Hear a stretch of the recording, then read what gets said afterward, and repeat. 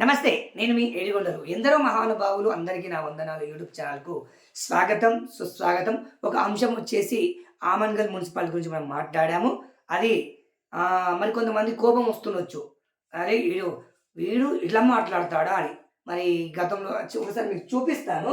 మరి ఈ ఆమన్గల్ మున్సిపాలిటీలో జరిగిన రచ్చ, ఈ మురికి దేశ స్థాయిలో ప్రచారంలో మరి కొనసాగుతుంది.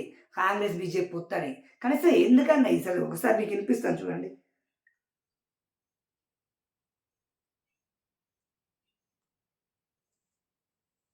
పరీక్షించుకుంటోంది.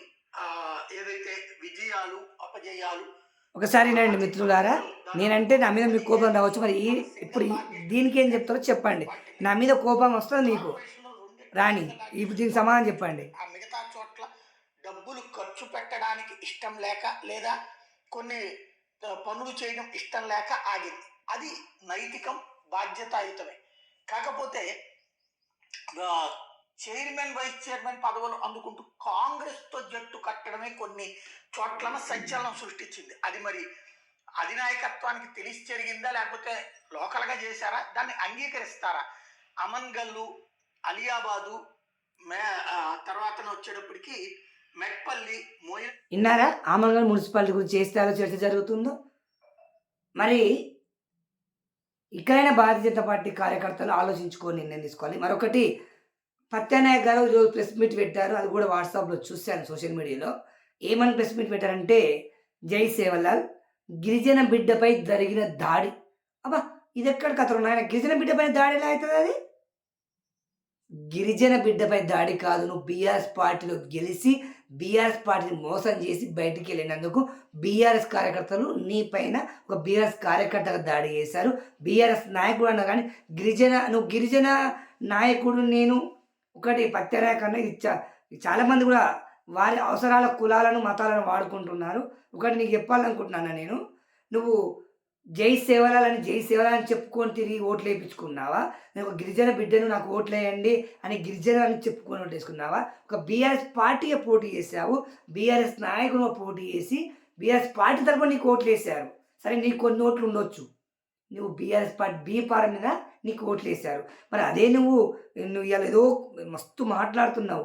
మరి నీకు ఆ బీజేపీ 2 జాతీయ పార్టీలు నన్ను చూసి ఒక గిరిజన బిడ్డని ఆదరించి నాకు మేయర్ పదవి ఇచ్చారని ఈరోజు అంటున్నావు. మరి ముందే మరి భారతీయ జనతా పార్టీ నేను మేయర్‌గా చేస్తాము అని ముందే ఒక గిరిజన బిడ్డని చేస్తామని ప్రకటించొచ్చు కదా! అప్పుడే నేను తీసుకోవచ్చు కదా పార్టీలోకి. మరి అదే కాంగ్రెస్ పార్టీ ఉంది. అది కూడా వాళ్ళేదో త్యాగం చేసినట్టు వాళ్ళని పొగుడుతున్నావు.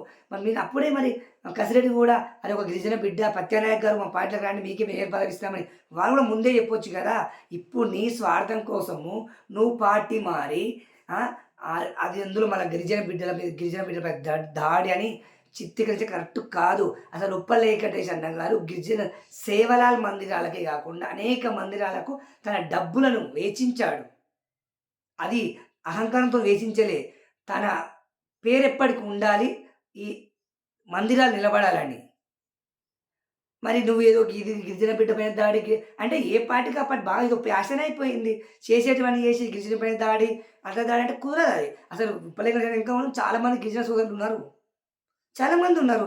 ఆల్ పార్టీలో అందరూ ఉంటారు గిరిజనులు. నువ్వు ఇలా నీ గిరిజన దాడి అన్నది కూడా రాంగ్. అది ఖండిస్తున్నా. నువ్వు బీఆర్ఎస్ లీడరు, బీఆర్ఎస్ కార్యకర్తలు నిన్ను ప్రశ్నించిర్రు అంతే. నువ్వు బీఆర్ఎస్ లీడర్‌గా చెప్పుకో. అంతేగాని గిరిజన బిడ్డని దాడి చేయలే అక్కడ.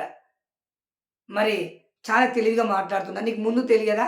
బీఆర్ఎస్‌లో ఆయన ఎవరు మొన్నొచ్చినోని మాట్లాడుతున్నావు నువ్వు. పత్యనాయక్ అన్న, నువ్వు మొన్నొచ్చినోనికి సీట్ ఇస్తావని నువ్వు అంటున్నావు. మరి కసిరెడ్డి కాంగ్రెస్ పార్టీలోకి ఎప్పుడొచ్చాడు? కసిరెడ్డి కాంగ్రెస్ పార్టీలోకి ఎప్పుడొచ్చాడు? మరి వెంకీ, కొంచెం సౌండ్ బంద్ చెయ్య. మరి వంశీచంద్ర రెడ్డి ఉండగా వంశీచంద్రకి టికెట్ ఎందుకు ఇవ్వలేదు? కష్టపడ్డ వంశీచంద్ర రెడ్డి టికెట్ ఎందుకు ఇవ్వలేదు? కార్యకర్త స్థాయి నుంచి ఎన్ఎస్‌లో పనిచేసి ఆల్రెడీ 5 సంవత్సరాలు దిగ్విజయంగా పరిపాలన చేసి ఎంతోమంది కార్యకర్తల పేరు గుర్తుపెట్టుకున్న వంశీచంద్ర టికెట్ ఇవ్వకుండా మరి మొన్నొచ్చే కసిరెడ్డికి టికెట్ ఎట్లిచ్చారబ్బా? అది నీకెందుకు తెలవదు? అంటే పార్టీ బలోపేతానికి డబ్బు ఖర్చు పెట్టేవాడు, పలుకుబడి ఉన్నవాడు ఎవరొచ్చినా ఏ పార్టీ అయినా, అది ఏ పార్టీ అయినా ఇస్తది.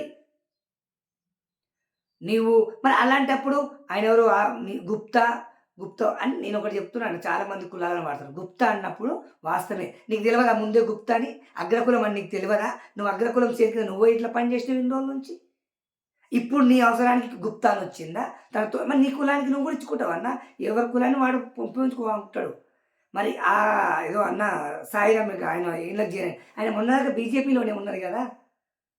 మరి బీజేపీ పార్టీలకెళ్ళి ఇళ్ళకొచ్చినప్పుడు నువ్వు రాజీనామా చేసి అట్టెట్లయితే నువ్వు అప్పుడు వెళ్ళిపోవచ్చు కదా! అంటే ఇది ఒక నాటకం. పైసలకు అమ్ముడుపోయేతనం తప్ప అంతకుమించి ఏమీ లేదు.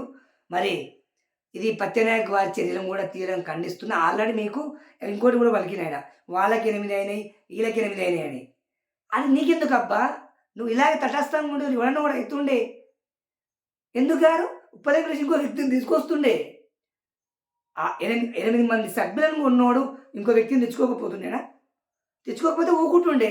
అలాగే పాలకపక్షంగా వాళ్ళే గెలిస్తే ఊకుంటుండే. నువ్వెందుకలా? అదే ఎవరి ఇష్టం వచ్చినట్టు వాళ్ళు చెయ్యాలి, బదులని చేయాలి. ఇది పత్యనాయక చర్యను కూడా తీవ్రంగా ఖండిస్తున్నా. ఇది గిరిజన బిడ్డ పైన దాడి కాదు.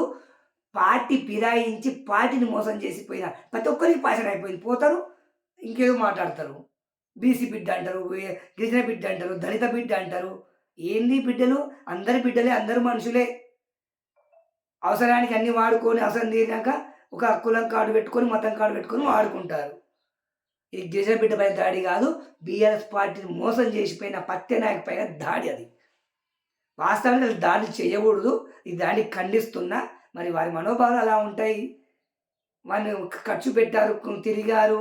అదే బీజేపీలోకి వెళ్ళి ఈరోజు కార్యకర్తలు బీఆర్ఎస్లోకి వచ్చినుంటే బీజేపీ ఆచార్యులు అలాగే మౌనంగా ఉంటుండేనా? బీజేపీ కార్యకర్తలు మౌనంగా ఉంటుండేనా? మొన్న కొన్ని మద్దతు ఇచ్చారని బీజేపీ కార్పొరేటర్ ఇంటి ముందు పోయి ధర్నా చేయట్లేదా? బీజేపీకి అయితే న్యాయం, బీఆర్ఎస్కి అయితే న్యాయం ఉంటుందా? రీసెంట్గానే కదా బీజేపీ లీడర్ ఎవరో ఎక్కడనో కార్పొరేటర్కు అది కౌన్సిలర్ మద్దతు ఇచ్చిందంట అని బీజేపీ నా ఇంటికి పోయి ధర్నా చేయలేదా? ఎవరికైనా ఒకటి న్యాయం. ఇది నేను ఈరోజు అంశంలో ఇదొకటి. పత్యనాయక చర్యను కూడా ఇప్పటికైనా మీకు ఏమైనా ఉంటే తగ్గి మళ్ళీ బీఆర్ఎస్‌లో పార్టీ ఉండి రాజకీయం చేయండి. మరి చూడండి మిత్రులారా, ఎందరో మహానుభావులు సభ్యత్వం తీసుకోండి. మీ అమూల్యమైన సలహాలు సూచనలు కూడా కింద వాటిలో పెట్టుంటుంది. తప్పును తప్పని ఖండించండి. మరి ఈరోజు నిజాన్ని నిర్భయంగా చెప్పే ప్రయత్నం చేయండి. జై శ్రీరామ్, జై హింద్, జై సేవలాల్, జై శ్రీమాత్రే నమః. నా దగ్గర సేవలాల్ ఫోటో కూడా ఉంది. కులాల ఖచ్చితంగా నేను కూడా సేవలాల్ నా వెనకాల ఉంటుంది. అంటే మా ఇంట్లో కూడా ఆయన ఫోటో ఉంది. అంటే ధర్మం కోసం ఎవరు పని చేసినా వాళ్ళ ఫోటో నేను తీసుకుంటా. మరి ఈరోజు మరి ఈ విధమైన 2 వీడియోలతో మేము ముందుకు రావడం జరిగింది. ఇంకొక వీడియో ఉంది. అది మాట్లాడి ముగించుకుంటాను. జై శ్రీరామ్, జై హింద్, జై భారత్ మాత.